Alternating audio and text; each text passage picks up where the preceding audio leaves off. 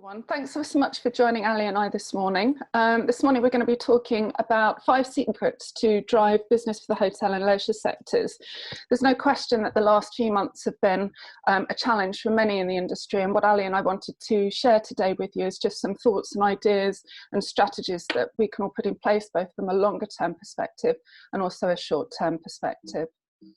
So what we wanted to just talk through quickly is Ali and I will introduce ourselves, so just give you a little bit of background about us and our experience.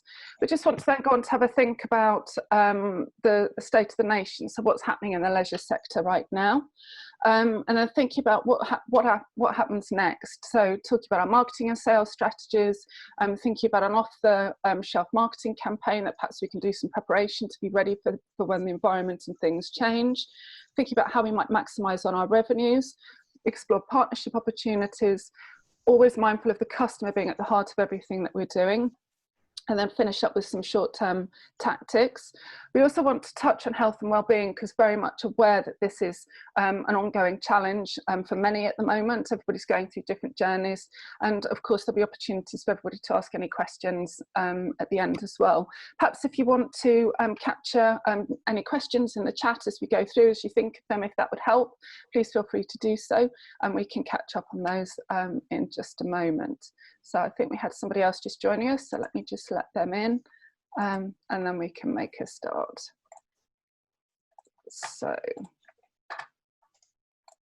Okay, so just to introduce a little bit about me, my name is Sophie Comas and I'm a freelance marketing consultant.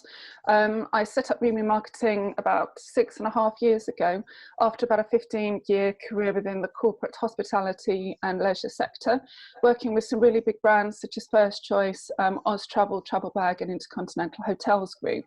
More latterly, I've worked with small businesses on a wide range of projects, from strategy setting and right the way across the marketing mix. I'm a chartered marketeer and really enjoy working with the small business audience that I am at the moment. Ali, would you like to introduce yourself? Yes, thanks. So yes, hi everybody, I'm Ali Powell.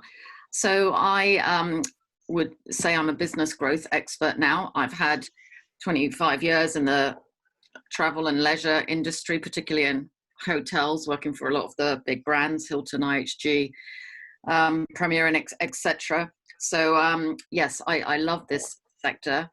I would describe myself as a commercial expert in that I've always held roles to do with some aspect of sales, marketing, business development, brand, CRM. So yeah, looking forward to today. Thanks for coming.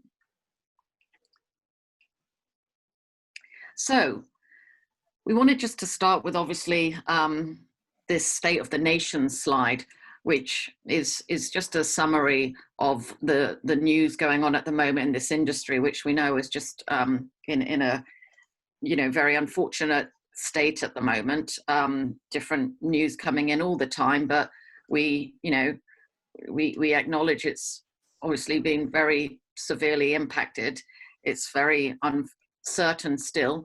So the latest stats we had looking at the STR source, when it was looking at year on year, and this is for London, we've got occupancies down of 66% rate, 45%, and our RevPAR about 81%. So really tricky times, and all different projections on when we'll get back to 2019 state of levels, which could be 2023, 2024 Q1. There's all these different forecasts, and yeah, in terms of the amount of job losses, it be really significant. It already is significant, and more could come. They're saying perhaps 300,000 in the UK, and the industry loss on just rooms revenue alone is supposed to be 75 billion. That's overall globally.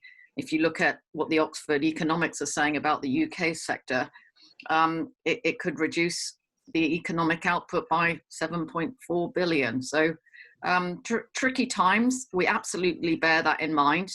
The however of it is today is about looking forwards with momentum and with a positive mindset of things that can be done in the short and the medium term to try to find the best way through that we can here. So we hope that these ideas that we've seen around will inspire and help you all.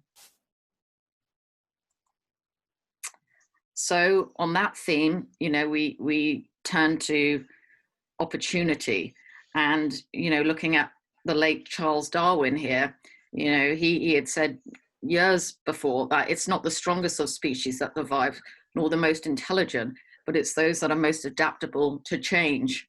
And so many companies we know have always been adapting to change, like Amazon. And there's many businesses that have really embraced this innovation at the moment and pivoted. Some it's obviously easier to do. Smaller businesses can be more nimble and agile rather than turning these bigger, large corporate machines, which can be, you know, bigger tanks to turn. And we're going to, you know, talk about lots of pivots that we've seen and some ideas for driving short-term incremental revenue.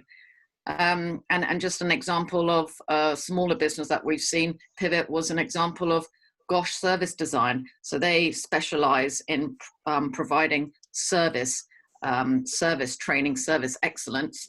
And in the lockdown, they brought all their training programs online virtually rather than doing them in the face-to-face settings, and have been doing that very, very well, teaching people about service brilliance. So Sophie, on the next slide,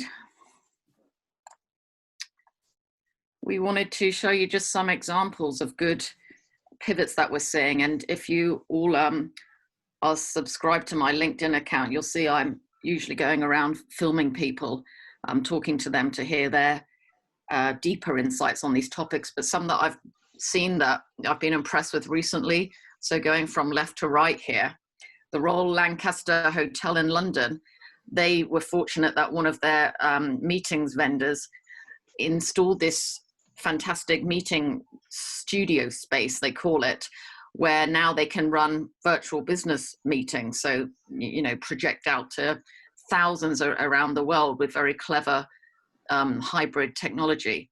And then in the middle, we have Citizen M corporate subscriptions.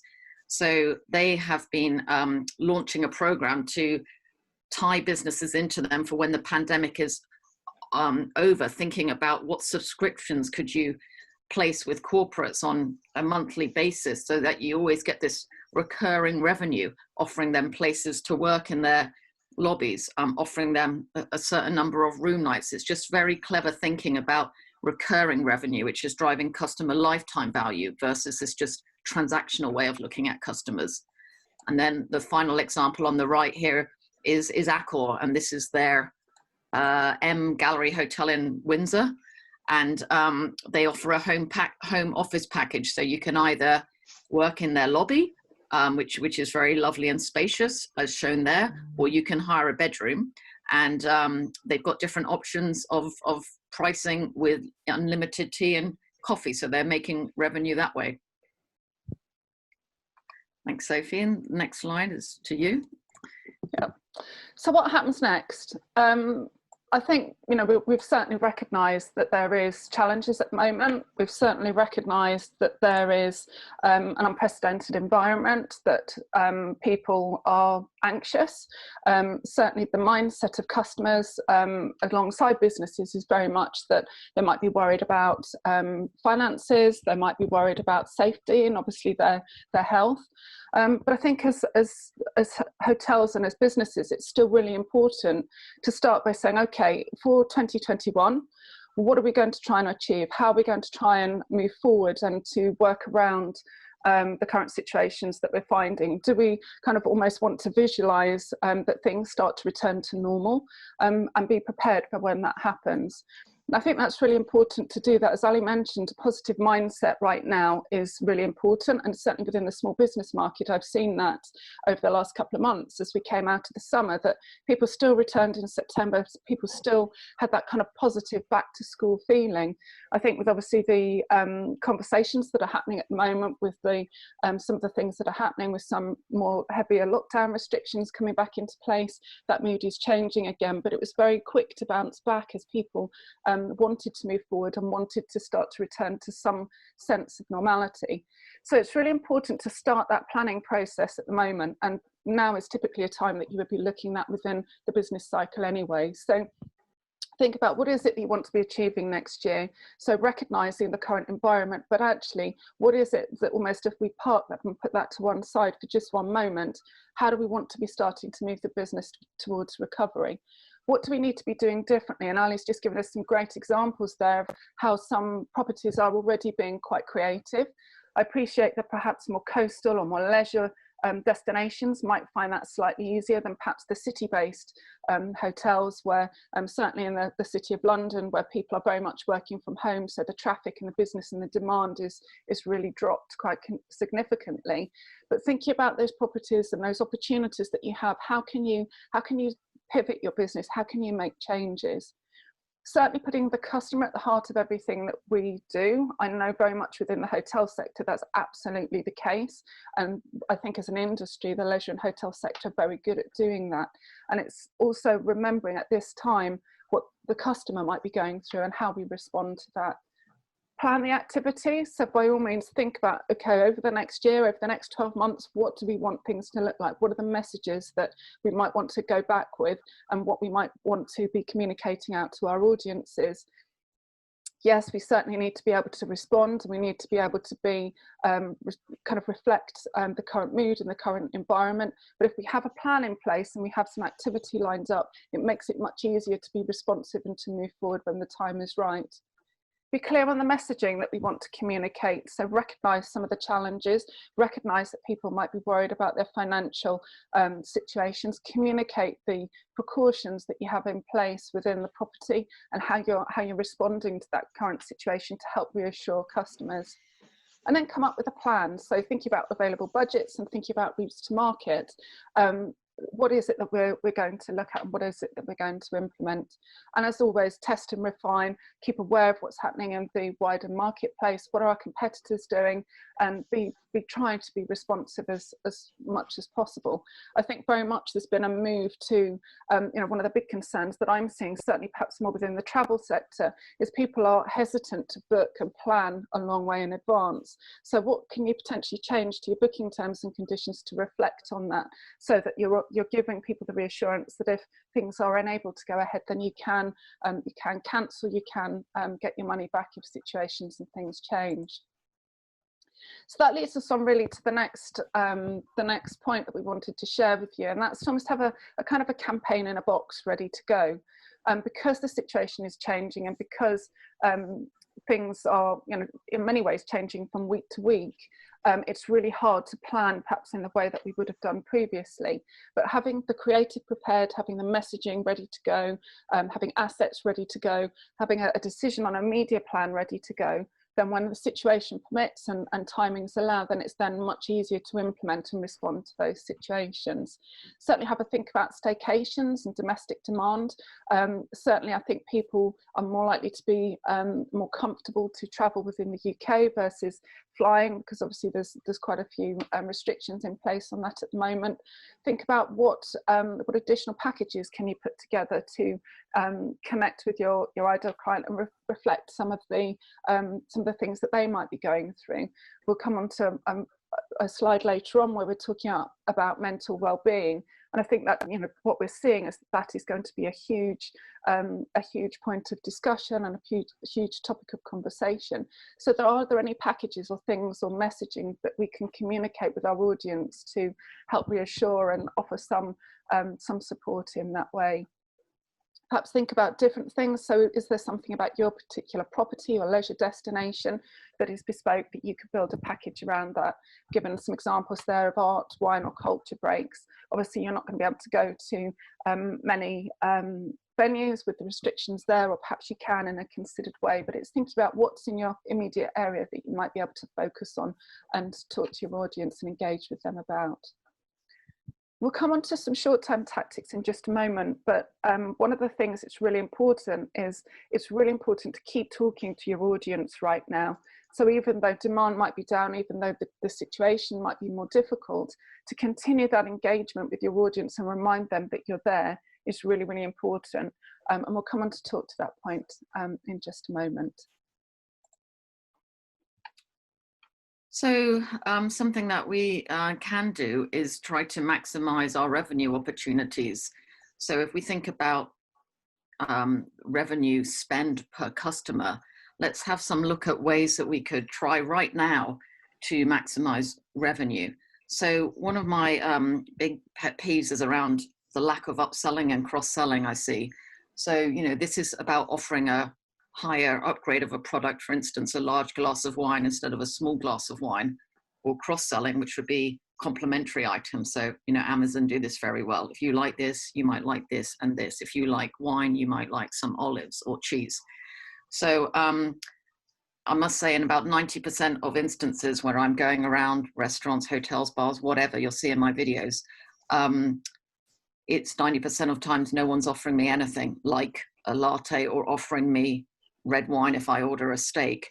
And this can be millions of money that is being missed out on. So please look at your customer service training and invest in your staff to be able to give them the confidence about the product knowledge, and perhaps put incentives in place to reward this. Another point is about retention. You know, there's a lot of talk always about shiny new customers, whereas actually if we harness our customer database now, you know, there's so much research always showing that it's more effective to do retention strategies. So how do you get another many stays out of your current databases, and drive their loyalty and you know, upselling to them when they are staying versus just going for new customers, which could be more costly. A third way of getting revenue is thinking about how you can pivot to look at either membership or subscription offers. So this is a bit what I talked about before, about looking at the customer in terms of all of their lifetime relationship with you. So how do you get them to stay longer and spend more? So, you know, I always talk about when I worked at in gyms, I was Fitness First Chief Commercial Officer. We would be looking at trying to get people to extend their membership with us from, say, 18 months gym membership to 23 months, and then putting more incremental revenue during that length with us. So for instance, personal training can be a very good incremental revenue. So some examples we're seeing in the press at the moment of companies doing this, and it's always good to look outside your industry for inspiration.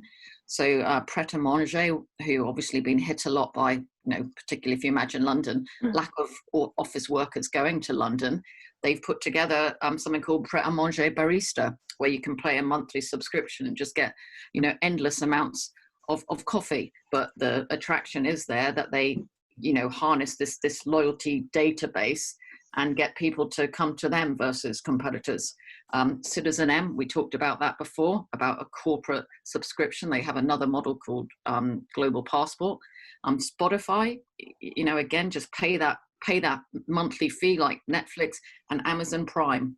So asking customers to sign up for a bit of something, but giving many good benefits for it. And then finally, value packages. So, you know, instead of discounting, it's thinking of how can you bundle things together that actually look very efficient for people, but is, you know, actually very smart commercially. So just looked at, for instance, a great Foster's Hotel somewhere around Egham in Surrey. They're really focusing on families for this half-term break, and they're calling them like little, you know, little VIPs and all these cute things. And they're throwing in like, you know, tennis coaching and ponies and all this to make this big package, which is, you know, brilliant for securing revenue and cleverly. And that leads me on to the next slide, I believe, which is all about partnerships. So, you know, there is so much power in collaboration, and it's a case of 1 + 1 = 3 a lot of the time. So how are you embracing partnerships? So for instance, if you're, let's say you're, I'll just pick on another sort of leisure industry instead of hotels. So let's say the other day I was at this farm place. How do they embrace partnerships? Well, they are looking at bicycling cycle so that people can come from the train station and cycle to their farm. They're looking at other food producers locally that they could sell in their little shop. So these are ways of just thinking, what else could your customers be wanting that would benefit their life, but also bring you benefits from reaching their customers. So look at similar target markets, or how you get with other target markets. So and also other local businesses, just, you know, what's around you. So for instance, if you are a hotel, have you recently gone to all the high street shops, just for example, and made sure that they're very educated and got your marketing collateral to be a fan of yours, and you know, inviting those sort of people in for show rounds and stays so that they can be your raving fans. So what more could you do? Thanks, Sophie. And then number 5, you know, is obviously so important: customer experience optimization. And this is a great moment in time to really audit your customer journey. So from the end-to-end experience, you know, starting with where they begin on awareness through to getting on the website, you know, or phoning you, and then staying, and then using your facilities, and then post-stay. It would be a good time to go and audit each of your points in the journey. So score them maybe out of 5 and think, well, what are the gaps? Where could you make it more smoother, more efficient, more seamless? Have you done that recently? You know, when I worked for Premier, and we would always be staying at our hotels just to make sure we knew exactly what the customer walked in, you know, in terms of walking in the customer's shoes, and seeing if there were any moments that could be optimized. And then what are the moments that matter? So, you know, you want to be good on all your moments along the journey, but, you know, based on your customers' true needs and your insights, there'll be certain moments in those journeys that you really need to get amazing. So for instance, if we take a hairdressers know that moment of the initial consultation is so important to get loyalty. So someone that would sit down with you and be like really listening about, you know, so Sophie, tell me, you know, what are you wanting out of your hair experience today? And really listening to you and offering you tea and coffee. And, you know, if they get that moment right, that will drive loyalty. So, you know, the third thing is all about this customer centricity. So many great ways of getting feedback in terms of social media and your own internal surveys, is just constantly seeking that feedback and optimizing your experience based on that. Service excellence is you know, just an ultimate way to drive customer experience improvement. So are you excellent at customer service? You know, what do your scores show you, and how good do you think you are? If not, you know, I can't even speak English. I totally recommend that you upskill the staff so that they can improve their customer service, because it will really differentiate you. And that leads me on to the final part, which is a bit like Sophie was saying from a communications point of view, is in your customer experience, where do you stand out? What could you do that's a bit of a, ooh, that's different. That's something that I think I will make sure I come to this hotel or this leisure place versus another. So for instance, I mean, this is a bit wacky, but in Los Angeles, at the swimming pool, one of this hotel called the Castle something Hotel, they have what's called a popsicle hotline. So I think popsicle is the American word for ice lolly. And, you know, this is just a funny thing that they promote extensively to say, you know, if you're hot at the swimming pool, just get on the popsicle hotline and we promise you within a few minutes, you'll have, you know, ice lollies. And, you know, what a great talking point. So, you know, what is your thing that's different? You know, like I mentioned, Great Foster's little VIPs. What are your things that you could have as talking points to drive preference? I love the popsicle idea. I think that's fantastic. Certainly could have told me some of those during the summer months. Brilliant. Thank you, Ali. So what we wanted just to come on to today, we've obviously talked through the 5 kind of tactics or strategies that it would be really important for any hotel or leisure business or small business actually at the moment to be starting to think about and doing some planning around. But what we wanted to share with you today is actually some takeouts from the session. So what can you go away and do and start to think about today? And it's kind of, I guess, picking up on some of the points that we've covered already. I think each of those slides and each of those points could almost be a webinar in themselves. They're huge topics and they're so in depth, there's a lot to them that certainly we could talk through. So what we wanted to share just here is a couple of things and a couple of ideas to make sure that you're continuing that conversation with your existing clients and potential clients. So following on, I guess, from the customer experience piece, having looked at your website recently, are all of the packages or any kind of new points or new information that it would be really important to help reassure customers? Is that clearly communicated on your website? Is it very visual? Is it easy to access? And easy to find. We then talk about quite a few more tactical driven marketing pieces of activity. So if you have the capability to write blogs or articles about what's happening in the hotel, maybe what provisions and things you have in place to help keep your guests safe. Newsletters we've touched on earlier about retention and re-engagement with customers, and certainly to keep that conversation going, even if perhaps the environment doesn't feel right to be offering the opportunity to book or to encourage people to stay, to maybe come and visit might make more sense or might be more appropriate. But to keep that conversation, to keep you in the forefront of your potential customers' minds is really important, rather than just thinking, oh, the environment's really difficult at the moment, we'll wait till things change or wait till things get better. Social media, of course, is a huge one in today's digital world. So just making sure you're sharing, what are your teams getting up to? What preparations are they making? What changes are you making internally? Ali gave some great examples there of some slightly different approaches and different ideas and things that we could be talking about. So share that in the social media space so that you begin to create the idea and reinforce the know, like, trust model. So your potential customers know about you, they like you because you're providing engaging content, and then when the time is right, they'll trust you enough to hopefully come back and stay with you at another time. And of course, you're going to have your marketing campaign set and ready to go, so when that environment is right, you can really activate against those book now messages. And of course, pick up the phones to your corporate audience. This is a massive audience which in many ways has been really affected in the current situation. So how can you, what would be a reason to either just keep in touch with them, see how things are going for your key clients, offer ways in perhaps which you can support them. I think Ali gave some great examples there where you've got the virtual marketing space. You can have meetings still within the hotels, but you've got other teams that can dial in, so you've still got that virtual capacity. So you're providing and reacting and responding to the current situation. And then of course any testimonials, so again use that as a tool to keep engaged with your potential audience, answer questions.